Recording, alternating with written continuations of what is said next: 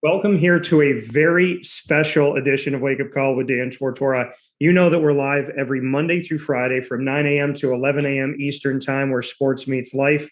And now we have an expanded opportunity to celebrate somebody that I appreciate so very much. I met him when he was running the ball for the Navy Midshipmen. That is Toneo Gulley. If you look at his face and he looks like somebody else who had longer hair, that's Prince Tyson Gulley, who played running back for Syracuse University. So Toneo here with me. I've covered Navy for the better part of almost a decade. Obviously covered Syracuse for a very long time, 18 years of broadcasting. So I feel so appreciative of being connected to Navy because of my grandfather, being connected to Navy because of the American Athletic Conference, and being connected to the Gulley family. So with that being said, we have a very special wake-up call with Dan Tortora inside of the Cafe Cubal studios with the man, Toneo Gulley. Toneo, how you doing today? I'm well. Thank you, Dan, for having me on this show. And I'm looking forward to it. I'm excited. Yeah, there's a lot of stuff to get into, a lot of stuff to unpack. I want to start with the why, because we've spoken very recently on Wake Up Call with what is your why? And if you don't know your why, you can be easily manipulated. You can be easily kind of taken off your path if you don't know what your why is. So why did you choose to become a member of the Navy? Because playing football there is not just playing college football. It's making a decision to protect our country. It's making a decision to be a part of something bigger than oneself. So why did you choose to go to Navy? Well, I think at the root of everything that I do, it always comes back to family. And when I was just a senior in high school, I was thinking about family, even making this decision. What would be best for my brothers and sisters, who are younger than me, looking up to me, and even later down the road when I do build a family of my own, what would best set me up for success and set my family up for success. And throughout all the offers that I did receive, Navy came out number one, and it's hard to beat. You get a world-class education, and then the brotherhood, it speaks for itself.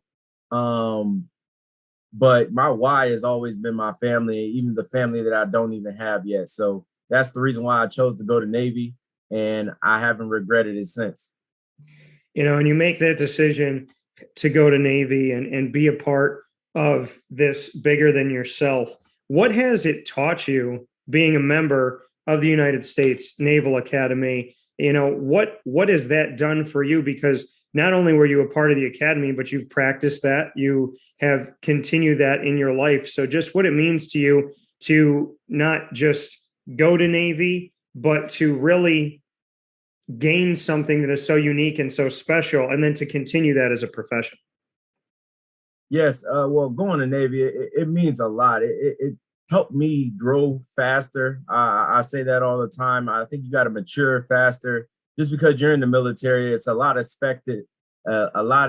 Is expected of you, and you have to grow up fast. I mean, an 18-year-old kid, a 19-year-old kid coming out of high school, there's an expectation that, yes, you may not know everything about the military, but you have to learn fast. And then once you learn it, you have to go into the academic year and actually hold yourself accountable to getting grades and then playing football. On top of that, you have to manage your time very well, because if you don't, obviously you fall behind and then potentially not make it through. So you have to grow up really fast. And I think it's helped me mature faster than I would expect it. So that's what it gave me, and it helped me hold myself accountable to the goals and everything that we have to do in the military. So it definitely taught me accountability and ownership.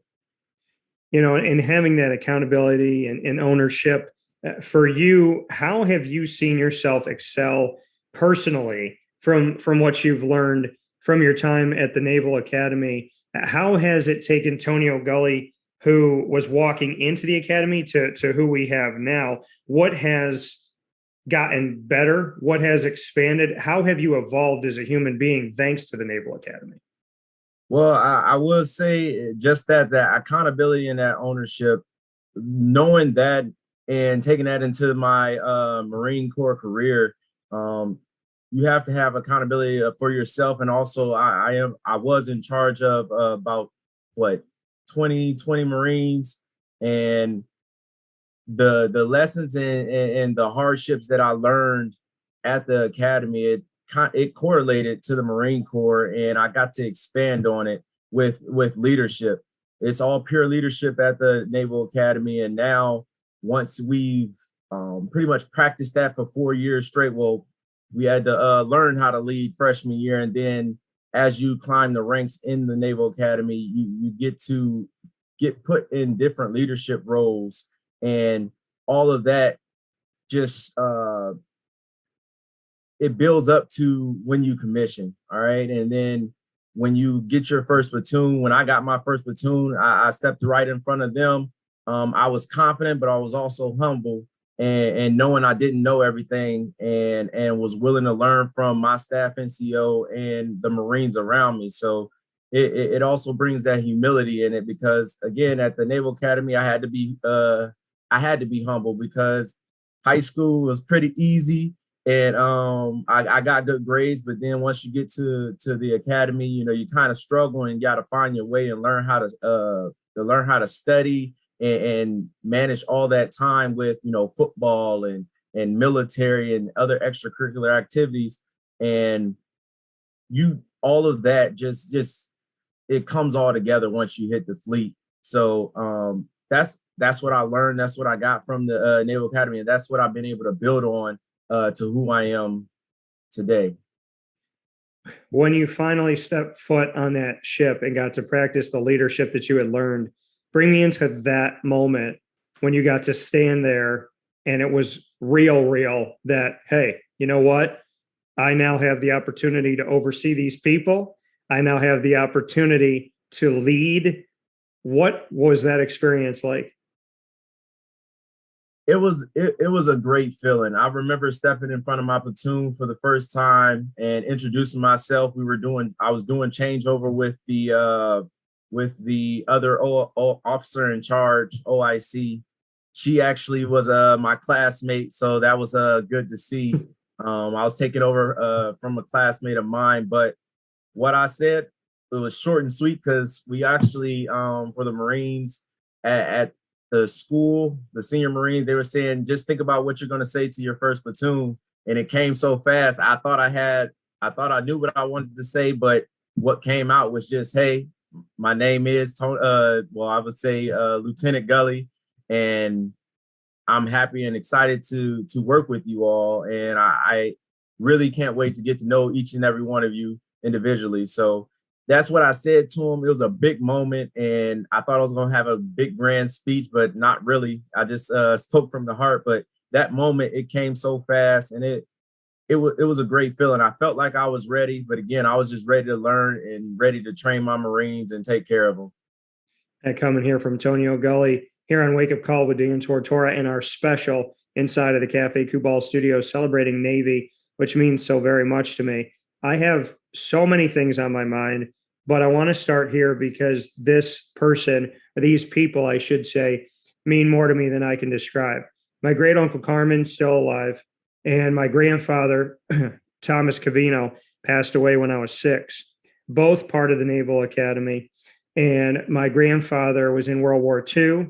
I believe my great uncle Carmen was in World War II as well, and I know he was in wars beyond that. And so, do you get a sense of history when you're at the Naval Academy? I know that you didn't know my great uncle Carmen, you didn't know my grandfather, but is there something that's done in the Naval Academy that bridges the gap between World War II and today, where you actually feel like the people that came before you are honored, that they're well represented, and that you feel a piece of a bigger family? Do you get a sense of that, but in any way? Yes, definitely. The military is one big family. We go through the same training, the same upbringing. a lot of us, maybe we never saw combat or anything like that, but we're able to listen and hear those war stories.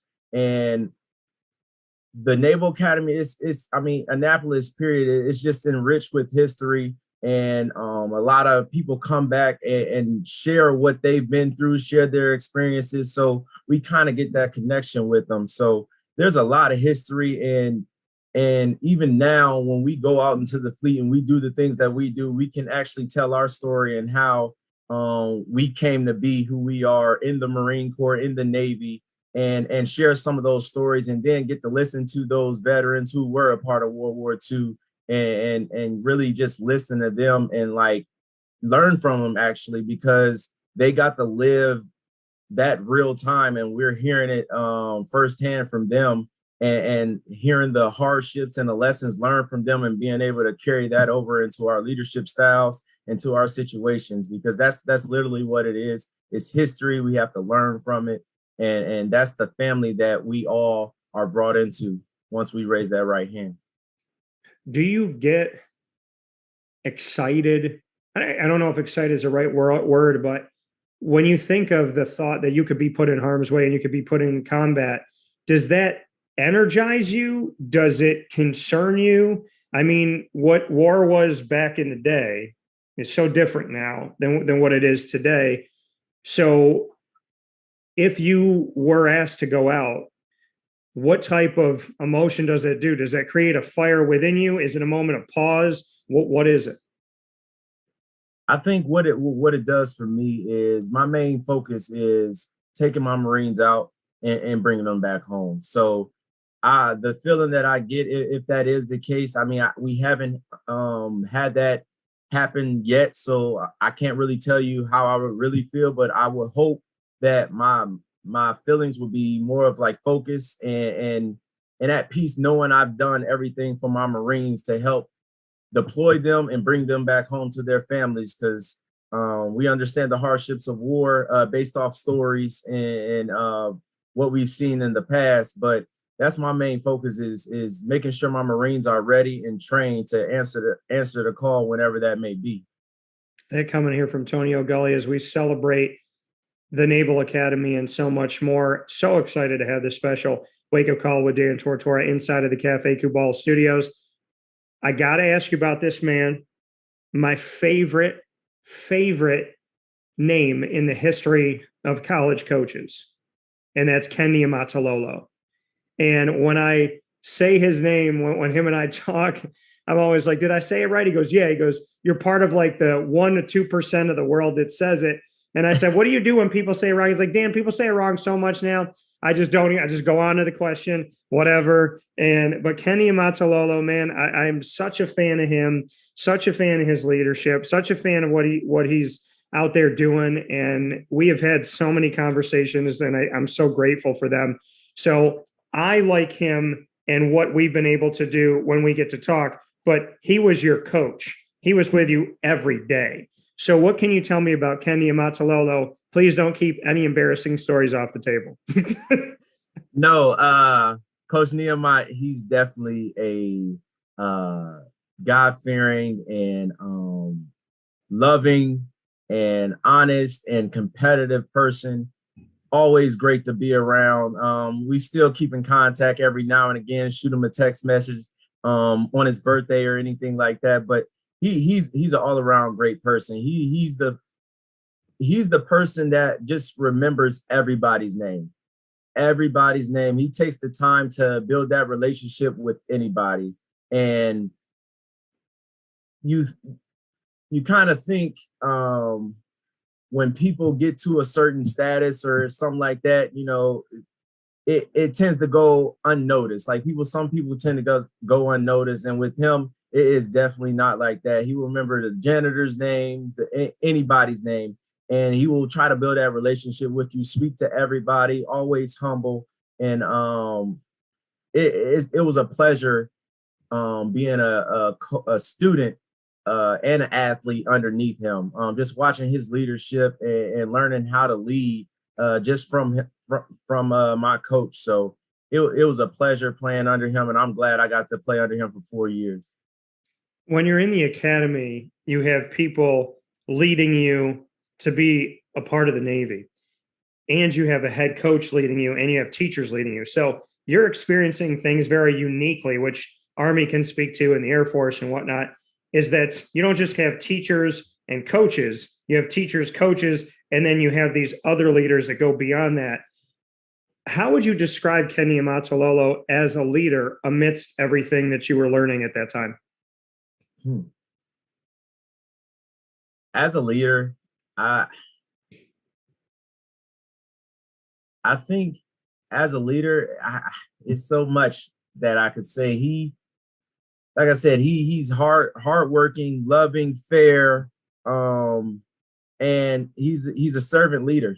Like he does things for other people that is just, it's unspeakable. It's important that he shows the love and care for people, because it once he does that for us, like we feel that, and we're run through walls for him. And I mean, throughout my years there, that's exactly what we did. And it was a direct reflection of his servant leadership style that helped us, respond to him as a coach. What words would best describe him? If you just bullet pointed a few things, what would you say?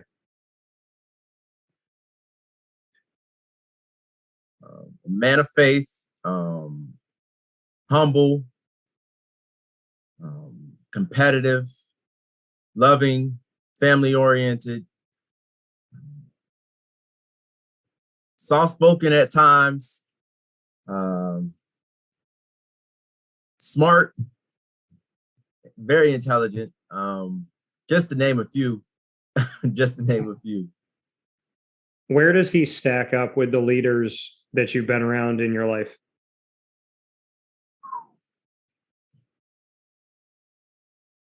He's definitely one of the top. I mean, just from the names alone, like it's very impressive, because I read a few books, can't remember the titles, but they one book, it said people, they care about their name. Actually, it's How to Win Friends and Influence People by Dale Carnegie. And what it said was, people really care about their names. So like you, when you get on the call with them, you ask them, did I pronounce it right? Because what that does is show the person that you care, and that you want to call them and talk to them in the name that they wanted, so that's powerful. And I go back to that because just seeing that alone, I try to remember everybody's name and call them by their name. And if I didn't catch it, I want to pronounce it. And I brought that into like my leadership when I'm leading my platoon. I had some Marines with some difficult names, but I had them pronounce it, and I say it until I get it right, because I want to make sure that I get their name correct and address them as such. So yeah, Coach Niumat definitely, that is impressive, the way he does that. And I mean, everybody. And seeing what he's been able to do, obviously this team in recent history has had some struggles on the field. What makes you believe that he can right the ship? And I guess pun totally intended on that one. It's the culture. He never gives up, and our culture is rooted in hard work, and it's getting everybody on board, which you've seen. It all came together at the Army-Navy game, and year in and year out, like, it's all about the culture, and he's the perfect person to shape that culture and ensure that it's on the right track. So I don't have any doubt that he can do the job and continue to build that culture, no matter if we're on an up or a down tick. It doesn't matter. It's the culture, and it's the brotherhood. It's cooking in the furnace, as we always used to say. It's like you got to just thrive in that adversity and just keep fighting. Come to work every day. We had a saying, 1-0 win the day, win the day, the next day, and then all those ones that add up to a big number, and then that adds up to more wins. So just come to work every day. That's exactly what he used to say, and just get after it. Just get after it. Before Ken Niumatalolo, Paul Johnson was at Navy, and then he went down to Georgia Tech, and he brought the triple option. He's not there anymore. The triple option's gone there. So Navy, one of the few places running the triple option as a running back, as a part of this triple option.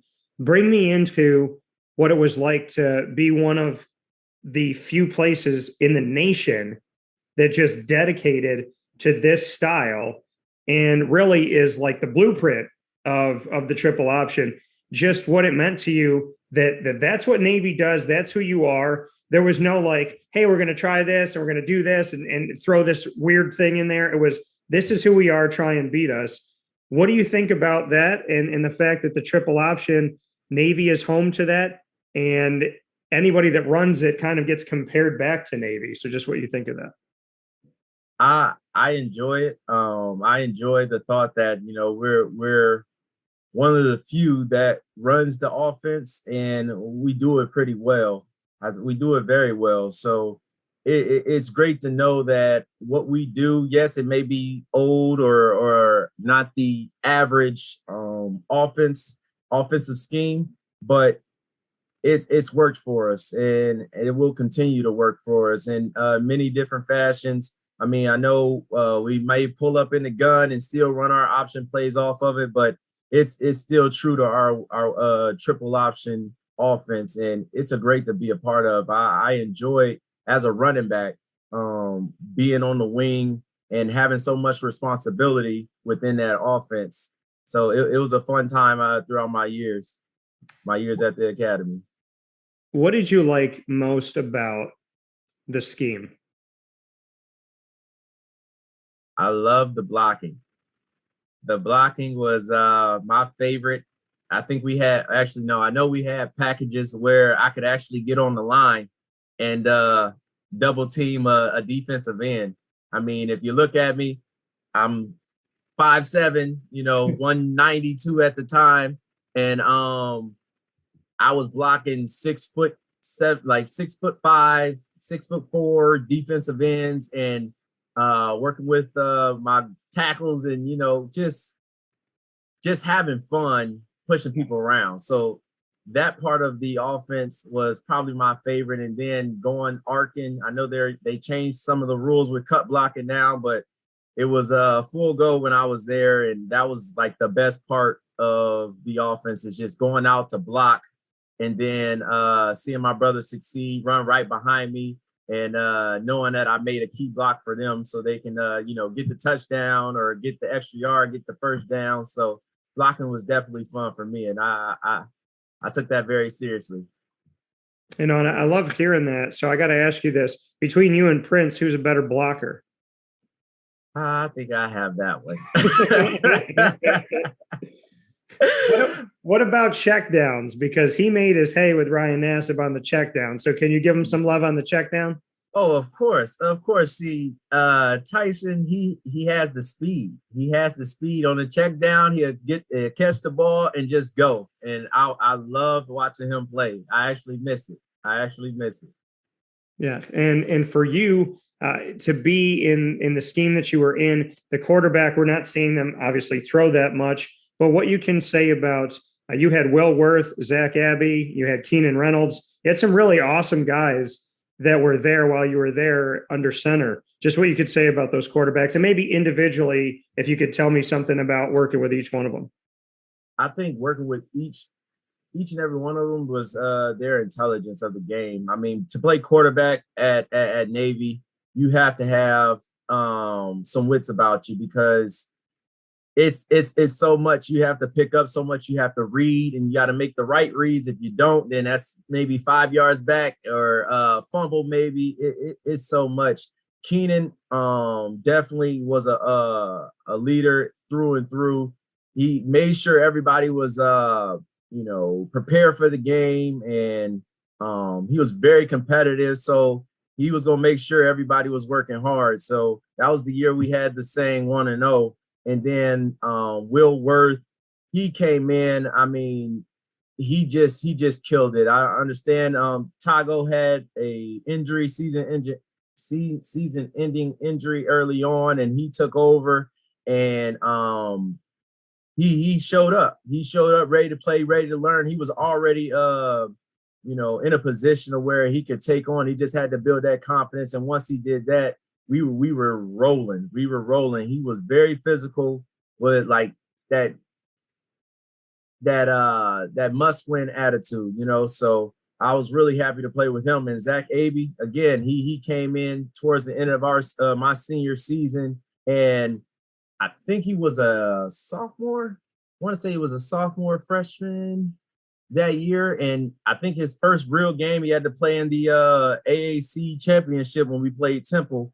Yeah. And that was his welcome to college football. And then that following week, we had to play Army that next week. So he came in and did the best he could. And with the time he had, he worked very hard. And they were all smart. They were all smart. And, they ran the triple option well. And Zach Abey for you, Keenan Reynolds, like you mentioned, all the guys that you had out there having their individual success and what they were able to do so very well and have that leadership and whatnot. Who were some of the backs that were in the backfield with you that you just felt like really pushed you and made you a better player, knowing that, it's such a crowded backfield? And, in a lot of places, if you're not the dominant back, you're not part of the 1-2 punch like Prince was with Jerome Smith, you may not see the field. And in your case at Navy, between the quarterback and the multitude of backs back there, you could have 3, 4, 5 guys and everybody's eating. So just what that was like for you and what you could say about maybe some of the guys that brought out the best in you. Yes. So I would say my freshman year, my seniors were Darius Staten and Marcus Thomas. And those were the first two that, they said it to everybody in the room because we were all freshmen at that time. And they said, look, the easiest way to get on the field is through special teams. Not necessarily the easiest, but that's the way to get on the field. And I took that to heart. And then learning plays, they was always there. And then you have the Ryan Williams, the Joffrey Whitesides, the Dyson Romines, the Calvin Cass, and Bug. Oh, we call him Bug.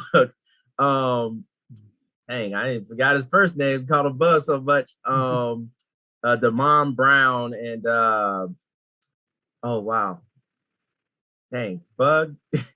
don't be mad at me, but I'm forgetting your first name at this point because we called you Bug. But those backs, they definitely poured into me, and we poured into each other because we had to lean on each other. We didn't really care who got the ball, who did whatever. We know once we went in, we got an assignment to block for one another and do the things we do just so the team can have a chance to win. So those players, my A-backs that I went through those 4 years with, I really enjoyed those years with them. Speaking here in a wake-up call with Dan Tortora special with Mr. Toneo Gulley from the Navy Midshipmen history. Toneo, we look at the records while you were there from 2013 to 2016, and we look back on this time, and the team was 9-4 in 2013, in 2014, 8-5, in 2015, 11-2, and in 2016, looking here, 9-5. So all winning seasons for you, all really strong seasons for Ken Niumatalolo. Just, when I read that back to you, the successes that you had there, it's a two-part question. Just what you could say about having a winning record all 4 seasons you were there. And then the second part of that is, how does Navy get back to that after having some years of adversity? Well, to answer your first question, just to hear what we've done, what we've been able to accomplish over those 4 years, it's exciting. I do miss it. I do miss it a lot, actually. And always, it goes back to senior season. Obviously, we were the first ones to lose that game to end that streak, but that still haunts me to this day. It's something I got to live with for the rest of my life. But all in all, I was able to beat Notre Dame, and that was a good feeling as well. And just what we've been able to accomplish, especially with my brothers, it was just it was a great 4 years, and I do miss it a lot. I can't wait to be around them. Now as an alumni, just going back to the games and fellowshipping with them and sharing that experience. And how we get back to that, it's basically just leaning on one another and believing and trusting the process. It's all a process. It's a grind. We just have to, pull together and just keep on grinding. That's it. Like, we constantly hear all the time, it is hard to win. And it really is. It really is hard to win. So as long as we stay together and buy into the process, and definitely our seniors and the leadership on the team, just take the team and lead. And no matter what, just stick together and keep on fighting. Fight adversity with adversity. So just keep on fighting. I like that. Fight adversity with adversity. Go into that a little bit deeper. What do you mean by that? So fight adversity. So obviously we have an adversity from the outside, right? But once you flip that back and add that pressure, it's almost like pressure with pressure, fighting pressure with pressure, and fighting back, because people being those teams and the losing and what outside factors may cause us to be in that adversity. Yeah. We fight back and be that adversity for them, right? We start biting down on the mouthpiece a little bit harder, hitting a little bit harder, running a little faster, and at the end of the day, we become that adversity for other people.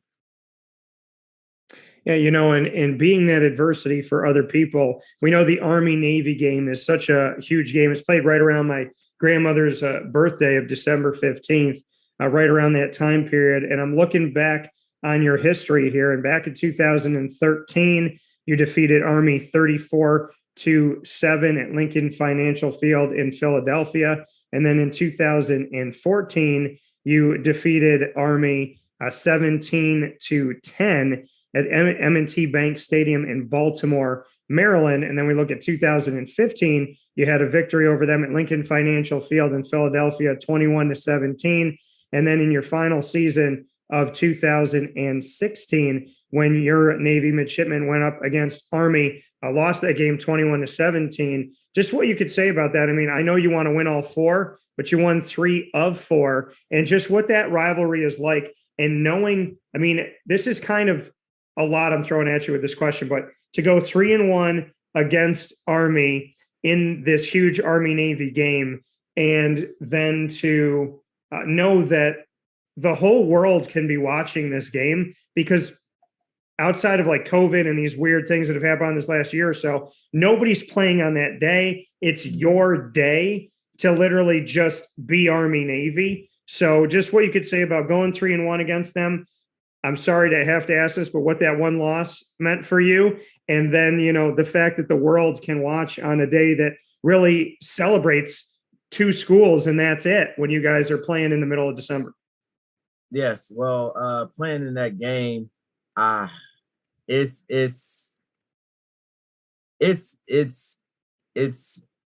speechless. I can't even put words together. Yeah. If you're there, I mean, we pack out an NFL stadium. Like, that's so many people. I mean, other than like going to Big Ben, and hearing those fans, like, it's one of a kind. And the atmosphere, the pageantry, the history behind it, the flyovers, it's everything going into that game is special. It is very special, and it's a feeling that you really can't describe. You just have to be on the field and enjoy it. And going 3-1, really wish that never happened, but I wish we went 4-0. But things happen, and at least we had a winning record during that time. But I do that one haunts me. I still hear about it sometimes out here in the fleet. When people that are into Navy and football, Army Navy football, they kind of hear, oh, 2017, Bert. So you were there when y'all lost. And I was like, yes, that was my senior year, unfortunately. But that one loss, it's I just wish we could have ended the season healthy, and I am pretty sure that outcome would have been a little bit different. But just watching my brothers out there fight to the end, it was good to see. I was hurt that game senior year, so all I could do is try to support my brothers on the field and just lead from the sidelines at that time. So I think a lot of our starters was hurt that game, and all we could do was just cheer on our brothers that was able to play and do the best they could. And I mean, we came up short that game, and yeah, we ended up losing. But yeah, I still think about that game. I'm sorry I brought it up. So that's but I mean, and how like bring me into this, like everything leading up to the game. Like, is this a whole season long thing where Navy and Army are just kind of like playfully razzing back and forth?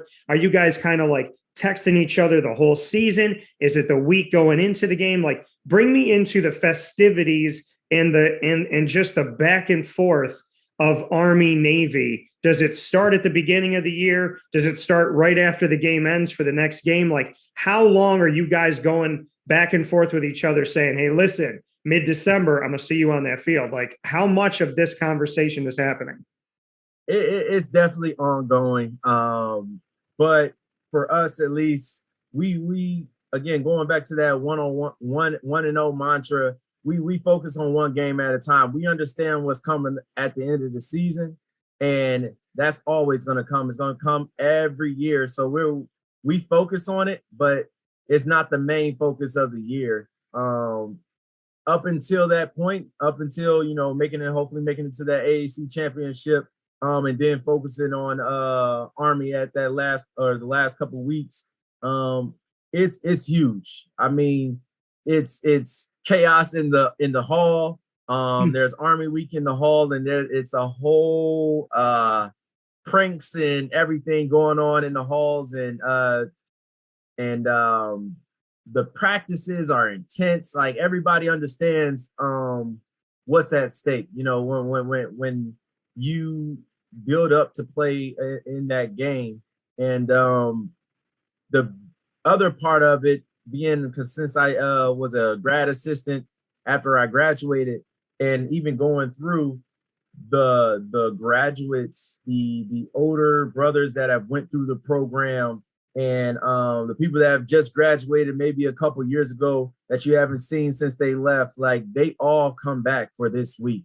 It's a big homecoming game, and I think everybody tends to come, even if you're not on the football team. Everybody comes back for Army Navy. That's like our homecoming game, and you get to see so many faces and meet so many people that have really worn the shoes that we were wearing that day. And it's just great. It's so many people, so much love, so much brotherhood throughout that whole week and leading up to the game. The locker room, especially after a win, it's just, you can feel the love, you can feel the brotherhood, and you can feel the family in that room. So it's great. It's a great feeling throughout that whole week leading up to the game. Is it bigger than a bowl game? I would say yes, because a lot of the times that's the game that's depending on if we get a bowl ring or not. So that game, it can make a season. You can feel a lot better. Obviously, we're very competitive. I'm not gonna say it'll make the whole season, even if there potentially may be a losing season. it'll make it feel better. Like obviously we're not satisfied with the losses or whatever, but it'll make it feel good. It's hard to win, and a win over Army is always good. So it's a great feeling. Yeah, and not only were you 3-1 against Army in your time there in your 4 years at Navy, but you were 3-1 in bowl games. You were 1-1 in the Armed Forces Bowl, 1-0 in the Military Bowl, and 1-0 in the Poinsettia Bowl.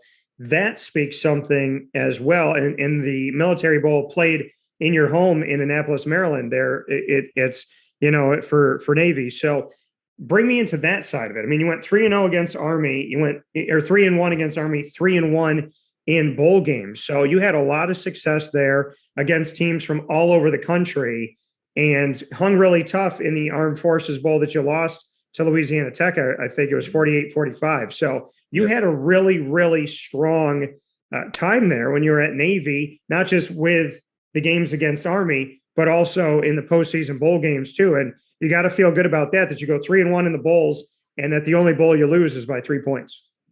Yes. The bowl games are always fun. We get to play teams that we don't normally usually play. So it's just great to see some different competition and see how we stack up against teams that, like I said, that we don't normally play. And the success that we've had, it just goes back to the hard work that we put in and the buy-in of the culture, and our seniors at the time when I was a freshman and sophomore and junior, our seniors leading us and showing us what right looks like. And then up until our time, it was time for us to lead. And La Tech, yeah, that was a very, very emotional game. It was, knowing it was our last game together, last locker room. I remember halftime. I'm pretty sure we were down, and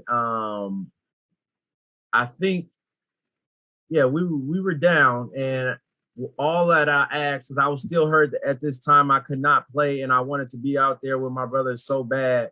And one thing I said was, for the players that were coming back next year, and for the seniors that were on the field, I was like, look, leave it out on the field.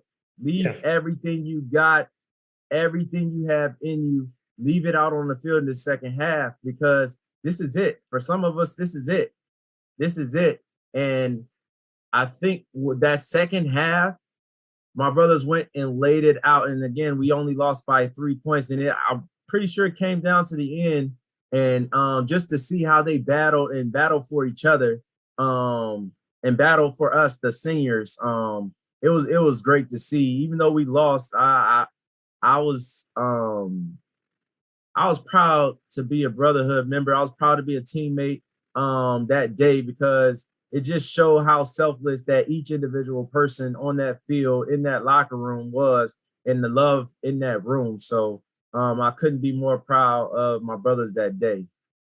And for you, Toneo Gulley, from Navy Midshipmen history and part of the Naval Academy and part of protecting our country that we appreciate more than anything, here on Wake Up Call with Dan Tortora, special inside of the Cafe Kubal studios, we look to the fact you said you're a grad assistant after. How did that time at Navy expand what you already had? How did it make things more fruitful at Navy for you? And then second to that, kind of a part B to that question, how much of an itch did you have to get on the field that you're like, I can't scratch it, but I want to get out there? So yes, that actually, the grad assistant experience, it just opened my eyes up to everything that happens behind the scenes.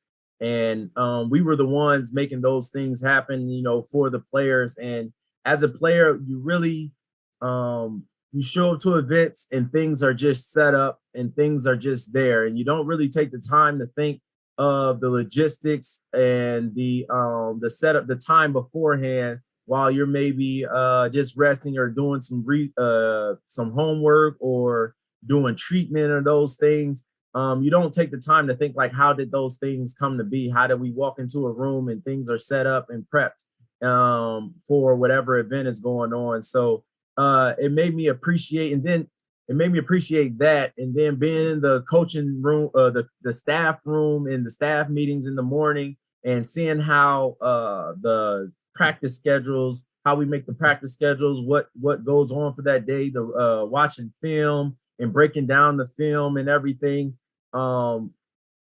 Being on that side, it just opened my eyes to everything that goes in behind the scenes, and how appreciative of the things that other people have done for the program. Yes, former players and others that probably never played but were integral part of making Navy football and making it run. On the other side, not scratching that itch. I'm only a year out from playing, so I still had it. I still had it. So I wanted to be out there so bad, but I understood that I couldn't. And what that allowed me to do was step into that coaching role.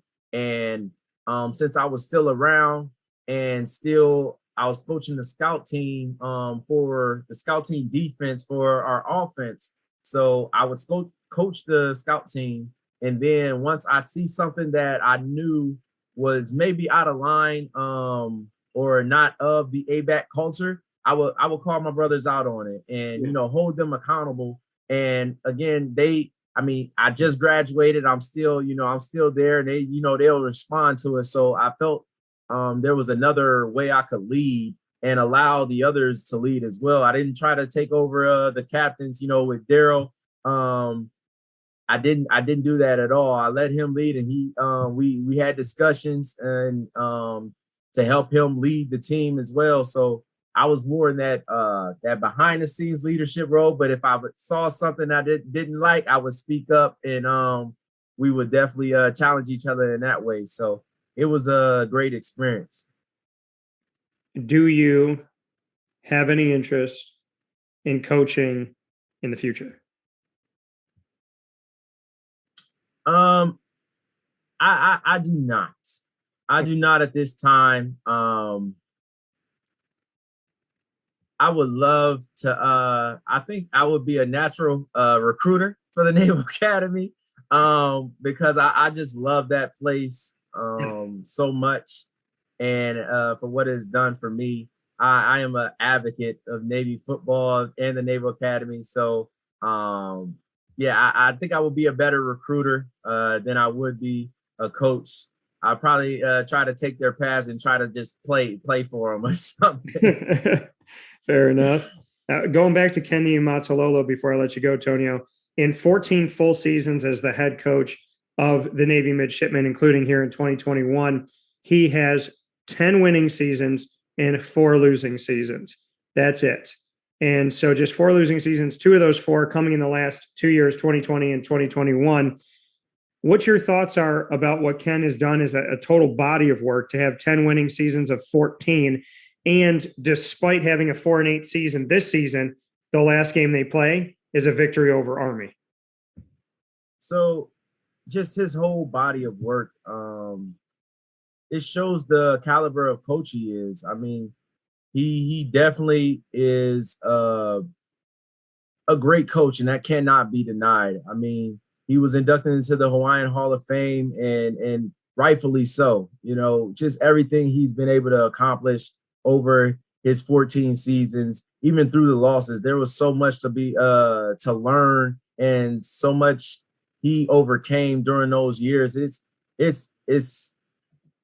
just a great body of work, and when you put together all those seasons and how he was able to mold men, and it's beyond football. It is really beyond football. He's taught us to be great men once we leave the program. Yes, football is how we were all connected and how he all brought us through, but he definitely challenged us to be better men once we leave that institution, because unfortunately, I mean, I know we wish we could play football all our lives, and I still wish I could play right now, but we all understand that at some point, no matter if it's past college and some make it into the NFL, football will end at some point. So his body of work just showed the love and the care and the grooming of men throughout his time there. Yeah, and to see everything that he's done and how much he means to all of you. There was the notion that he was wanted by other places. I've spoken to him about it, that, other schools tried to whisk him away and he stayed committed to Navy. What did that mean to you? And did he ever have conversations with the team about any of that? Because he was very open with me about, hey, some places came calling and he just felt like it was right to stay with the Naval Academy. Yes, he definitely was transparent with us. I believe it was I want to say it was Arizona. It might have been Arizona. I think my junior year. I thought I was losing my coach, and he beforehand he brought us all together and pretty much told us the news on what was going on. But other than that, like, once he came back and like continued to coach us, I mean, he chose us, you know what I mean? And it was the right feeling for him. It was the right situation. So that was a great feeling to know that, our coach loved us as a whole, and he loved the community, the Navy football family, so much that he decided to stay. And that was, I know, and I think BYU was another one of the years, and he always chose to come back. And that's just it speaks on the love that he has for the players, the love that he has for that Navy football community. Can you see Navy without Ken Niumatalolo?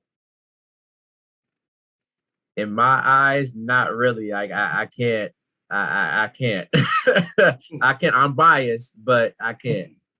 So that coming from Toneo Gulley. Toneo, here in closing, we do a thing called rapid fire, which gives me an opportunity to get to know you a little bit better and the people watching to get to know you a little bit better. And you get to put me on the hot seat. So you've been great at answering my questions. And so I'm going to do a lopsided rapid fire. I'm going to ask you 3 questions. You can ask me 5. So I'm going to let you start. Anything in the world, folks, none of this has been prepared. I don't know what Toneo is going to say. He doesn't know what I'm going to say. So you get 5 questions. I get 3. We're now playing rapid fire. I'm going to let you start. Go ahead. What is your favorite food? That is so tough. And I think it changes. I love to cook. I'm Italian and Hispanic, and we may have some blood in the Sudan as well from my Southern Italian family. So, I like spicy food. I like just making stuff in the kitchen. I don't measure anything. So that's so hard for me. But if I had to choose, my death row meal is what I call it. I like stuffed shells from my G Mama, veal parmesan from my Gammy, from my mom, probably turkey rolled, and from something that I make, probably my nachos, I have to say. So I'm gonna say that. Sounds good. All right, my first one for you, Toneo. What is your most embarrassing moment at the Naval Academy? Wow. Like if there was a blooper reel. What? I have one that came to mind, but I can't. Oh man. Embarrassing moment at the Naval Academy. Yes, sir. You do what I do. You're like, man, I got one that came to mind, but I can't say that. I can't. I told it to my teammates, and I'm gonna keep it to that one. So I gotta think of something else. Embarrassing moments. So wow. I know I had some. I just can't think of them right now. This is pretty difficult. Embarrassing moments. So for our talent show, me and a couple guys was singing, and my voice kind of cracked. I think I can sing, but not really.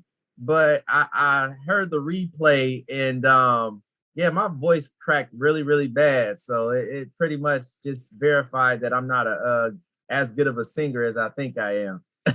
You just had a bad day. It's about Yeah. going 1-0 every day. Yeah. A bad day. All right, fair enough. What's your next one for me? What would you tell your younger self? What advice would you give your younger self?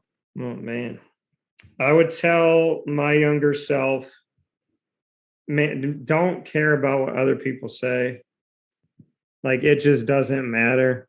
Like listen, this is what I know about people. When you talking about everybody else's life, you're not living yours. And, I mean, that's if you got time to sit back and critique everybody. Now, as a broadcaster, do I have constructive criticism? Do I talk about, hey, I wish this coach did this, that, whatever? Yes, I do. But it's never a witch hunt. It's never a personal attack. There's things I'd like to see that are different. But to me, what I mean, it's different than that. It's different than saying like, hey, these are things that I'm assessing and I'm seeing, because I'm supposed to be analytical in my job. But I always think about like, I care about those people. Like, do I agree with everything the current Syracuse coach does? No. But do I want to have a respectable relationship and be able to talk with them? Absolutely. So I think what I would say to my younger self is, if people are critiquing every step you take and every move you make and everything you say, they got so much free time. And what I learned about myself is I ain't got no free time. So when you're working hard, you're either working hard or hardly working. And so I think for me, I would tell myself, don't care about what other people say. Be like, dude, if you think like every girl that said no when you asked her out on a date, none of them girls mattered. And every time you, I don't know, said something on Twitter and somebody went crazy on you, none of that stuff mattered. What matters is God loves you. You know your relationship with God. You know that it's strong, and you know who you are, and you know what you're about. And the same reasons that people love you are going to be the same reasons that people hate you. So the best advice that I could say to you is be a person that people may love to hate, but you just love. And, and I just think that I would just tell myself, man, don't give yourself gray hair. Don't drive yourself crazy, and just, love who you are and know that like Dan Tortora is enough. It took me so long to love myself, and I'm so happy that I do now. And, when challenges arise again, it's like, man, love yourself, because once that person comes in and harasses you and tries to shake up your life, they just go on to the next person. They don't care if they rattled you. And so I would just tell myself to get into the eye of the tornado and realize when you see the chaos around you, but you're in the center of it, you can still find peace. God is your peace. Just really not to worry, man. I mean, it's just so many friggin' moments in my life. I was just sitting there fretting when I could have been watching a TV show or singing or dancing or walking my dog. I mean, I just could have been doing something else. And, everybody's got something to say, but I'll tell you this, and this as a football player, there's 22 players on a field. There's like 70,000, 90,000, 50,000 seats in a stadium. I liken life to, I'm one of the players on the field. There's 50, 70, 90,000 people telling me how to live my life. But I'm one of 22 that are actually living my life. So Twitter and Facebook and Instagram and YouTube and TikTok and all that, there's so many people sitting in the stadium saying, I could be better than Dan. I could be better than Toneo, but we're one of 22, two of 22 on the field. And I'd rather be somebody in life, on the field of life, having people critique me, than being somebody sitting in the stands talking about how good I would be if I was on the field. Because if you really honestly think you can be on the field, go stand there. But hearing people tell me, oh, blah, blah, blah, do this, other, man, listen, I talked to somebody, I have an opinion. If you don't agree with it, I will have a conversation with people that do two things: justify their opinion and respect me. If you can't do those two things, I can agree to disagree, but what I won't do is have somebody just take my words apart, beat me down, personally attack me and my family. I would go back in time and say, Daniel, Michael, Justin, Tortora, go talk to Toneo and stop talking to these knuckleheads. That's what I would say. I would. So that's awesome. it. Awesome. I know it's a long-winded answer, but great answer though. What's your next one? Or sorry, that was your one for me. So I want to stay on the same lines. If you could go back in time in a DeLorean, and if you don't know what that is, then I don't know how our friendship's going to be. But if you go back in Back to the Future with Doc and Marty McFly, and you could go anywhere, where would you go and why? Mm-hmm. Where would I go in life? Mm-hmm. Wow. Where would I go? Go back in life. I guess I will go back to the time when man,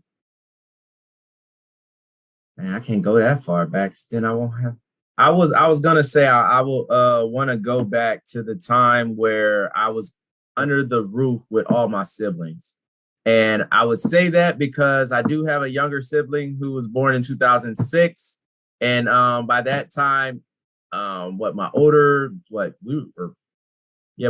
brother was already out the house. And, I want to go back to when we were all in the house. But reason being is we kind of say it in my family, we hate adulting only because we're so far apart now. Everybody has their own lives, and we're spread apart. We got family in Ohio, got family in Memphis, and my other sister, she's in San Diego. She's my brother in Dallas, and like we're all over the place. And I think the best times I have in my life is when I'm around my brothers and my sisters and my cousins and aunties, uncles, granny, grandpa, like dad. Like I have the time. I have the time of my life when I'm around my family, and I wish I could. We could all go back. No responsibility. We're all just playing outside and scraping our knees, playing tackle football in the yard, and just sharing those times together, because I do really miss those times, and looking forward to going back home and just being with family, because as you can already tell, I'm a big family man, and I guess those are the times I do miss, when we were just young and playing and enjoying each other, getting on each other's nerves, fighting, and just being kids. Yeah. And to give me the timeline, tell me oldest to youngest siblings. I want to know names and the timeline here so that I finally have this. So Paul Miller is 30. What is he? 36. Then there's Tyson. He is 29. Yep, because I'm 28. And then there's me. I'm 28. And then my sister Tonea, she is 26. Oh Lord. Is she 26? Yep. She's 26. She's 26. And then there's Trey. He is 23. And then there's Trenton. He is, what is that, 16? Well, about to be 16. He's 15. He's 15. Okay. So that is the line. That's just my mother's kids. That's just my mother's kids. My mother had 5 boys and 1 girl. So that's awesome. Yeah. I love that. I love hearing that, and knowing that Prince is the second oldest, and that you're third there. So that's pretty cool. So what's your next one for me? Ooh, where have you traveled, and what was the best place or the most enjoyable place that you've traveled before COVID? I would have to say, it's tough. I would have to say, I mean, I love Florida. Florida's a second home for me and for my show. And I cover the Jaguars, cover UCF, USF, well, South Florida now, and Miami, Florida State. I would say, I mean, I've been to Disney during COVID these last couple of years, but I love Disney. And besides Disney, I would say, pre-COVID Toronto, because they done shut down. I had to renew my passport, and I'm a Raptor fan, and I was like pissed as all get out. I'm trying to buy all my championship gear. I wanted to go up there and do it. And so I've been like shut out of Canada with the rest of us Americans for a while, because Canada finally, smartened up, and they're like, we don't let these crazy people in here no more. So, I was like, man, if somebody told me, they're like, man, you could be like a dual citizen because you're a Raptor fan. You've been a fan since '95. It's true. But yeah, I mean, I probably Toronto. I miss Toronto. I love Toronto. So I'd have to say that. Okay. Yeah, I told my brothers and sisters my 29th birthday will be in Toronto. So yes, I can't wait to go visit. When's your birthday? October 23rd. That's crazy, man. I'm going to tell you. That's right. I was going to say, make sure you invite me up to Toronto. So you want to go to Toronto. I love Toronto. My birthday's October 21st. Really? Yeah. Oh, wow. That's crazy. So yeah, well, I'm planning on being in Toronto unless something changes. And yeah. I'm looking at it right now. So my birthday's on Friday. Your birthday's on Sunday. So I'm saying birthday weekend in Toronto. Yep. Sounds good to me. Sounds good to me. Let's make it happen. Prince paying for everything. Oh, yeah. He definitely is. It's my birthday. All right. So, that's awesome. I like that. So my last one for you, and then you got two bonus ones here. So my last one for you, Toneo, is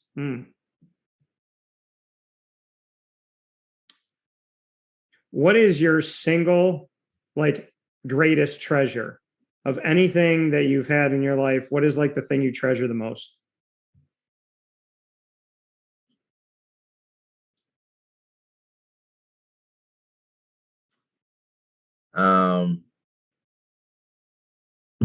Probably tired of me saying this, but I think it's the love. It's the love I get from my family. That's it. That's what keeps me alive. I say family a lot. I talk about my family a lot to anybody that knows me. I just it's that's just who I am. It's something that my time growing up, although we never had everything, we didn't grow up with everything, but we always had love, and we always had places to go with, whether it be an uncle's, aunt, no matter what. Our family motto is it takes a village to raise a child. And I am happy to have been born in this village that is with so much love. And so I am happy to have a family, because I've met a lot of people, and it's not always that way. Yeah. It's not always that way. And us not knowing it, we think it's the norm. Yeah. We think it's the norm, like everybody's family. This is like ours is full of love, and it just makes us very appreciative of what we have. So I think that one thing is the love from my family, because I understand that not everybody experiences that. I respect that. And it is, I grew up thinking a certain way about my family, and everybody's got that. And then you find out that's not the case, unfortunately. And so, my mom's become a mom to a lot of people, which is great. Yep. So, and I can appreciate that and love that. And so you got two bonus ones. So now I get to I get to chill on the hot seat. You're off the hot seat. I got to sit on here a little bit longer. So what do you got? Yes. Wow. What is the one thing you must have? I guess I'll just, that's broad. I guess, what is that one thing that you would spend your money on? Like that one thing, whether it be, actually, I'm not going to give you ideas. What is that one thing you have to spend your money on? I can appreciate that. I would say if it wasn't a money thing, the thing that I must have, love, peace, and freedom. And so I would say that everybody deserves to be free. That's a God-given thing that human beings took away, and I don't get that. Peace, because I've fought for it, and love, because that's what I'm about.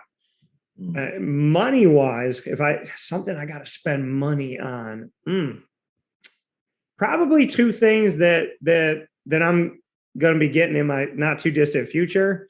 One of them being my own plane, and the other one being the DeLorean, them doors that come up. There's a Tesla that's got those doors. Model X. Yeah, and I need to see my man right there. So that I need to get that and make that happen. And super excited about that. But I just watched back Think Like a Man with Kevin Hart and all them, and an awesome cast of awesome people, and Megan Good's in there. And so in that movie, I forgot that one of the cars that they're driving has the doors that come up. And I thought that was really cool. And so, but yeah, I would have to say probably those two things I'd spend money on. Okay. Yeah, I'm actually trying to join the Tesla family once I get back, but I gotta get some assets to pay for those. Yeah, you got to check in the savings, and you don't know if it's going to go through. That's how I feel. Exactly. Take 3 days. Yeah. But I guess is this business days or regular days? Yeah, exactly. Wow. Last question. Let's make it a good one.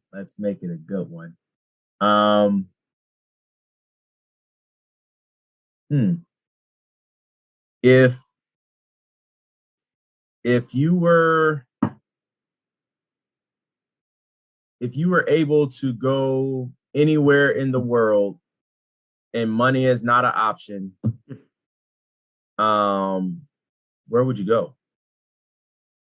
Italy and Spain to see my family, the Sudan to see if we really do have family there. And because I know I have family in Italy and Spain. And so I would just like to go back to my roots. I also would love to go into like pyramids, knowing that there's probably traps and aliens and like weird Illuminati stuff or something like that I don't want to be a part of. But like so I'm kind of a daredevil, and I like to see things and kind of like get to know them. So, and I'm wearing this shirt for a reason. I do believe that, anybody could be a superhero. So I'd probably go to Italy, Spain, and the Sudan, and then I'd probably potentially get myself in some trouble, excavating and stuff. So that's probably what I would do. Okay. Yeah. So I like adventure, and I know God is on my side. So, all I got to say is, though, if I discover something, I know the big man's going to help me get out of it, but like, I don't want to be getting chased by an alien coming out of a pyramid. But if anybody's going to do it, it's going to be me. It's going to be